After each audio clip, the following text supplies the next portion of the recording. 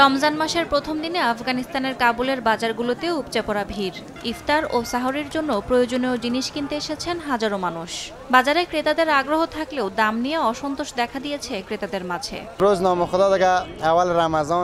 আজ রমজানের প্রথম দিন, সবাই ব্যস্ত কেনাকাটায়, তবে জিনিসপত্রের দাম খুব বেশি। আমাদের দেশে চাকরির সুযোগও নেই।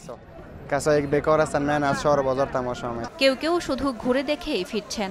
আয়ের উৎস কমে যাওয়ায় অনেকের পক্ষেই কেনাকাটা সম্ভব হচ্ছে না। রমজানের ঐতিহ্যবাহী মিষ্টান্ন জিলাপি বিক্রি হচ্ছে দোকানে দোকানে, কিন্তু অনেকের জন্যই তা কিনে খাওয়া সম্ভব হচ্ছে না। নারীদের ওপর তালেবান সরকারের একের পর এক বিধিনিষেধ এবং মানবাধিকার লঙ্ঘনের অভিযোগে দেশটিতে দীর্ঘদিন ধরে বন্ধ রয়েছে আন্তর্জাতিক সহায়তা। নানা নিষেধাজ্ঞার কারণে কমে গেছে কর্মসংস্থান। এতে দেশটিতে দেখা দিয়েছে চরম অর্থনৈতিক সংকট। পবিত্র রমজান উপলক্ষে ধর্মীয় উৎসাহ থাকলেও জীবনযাত্রার ব্যয় বৃদ্ধি আর বেকারত্ব আফগানদের উৎসবের আনন্দ ম্লান করে দিচ্ছে। ইয়াসমিন অনন্যা, সময় সংবাদ।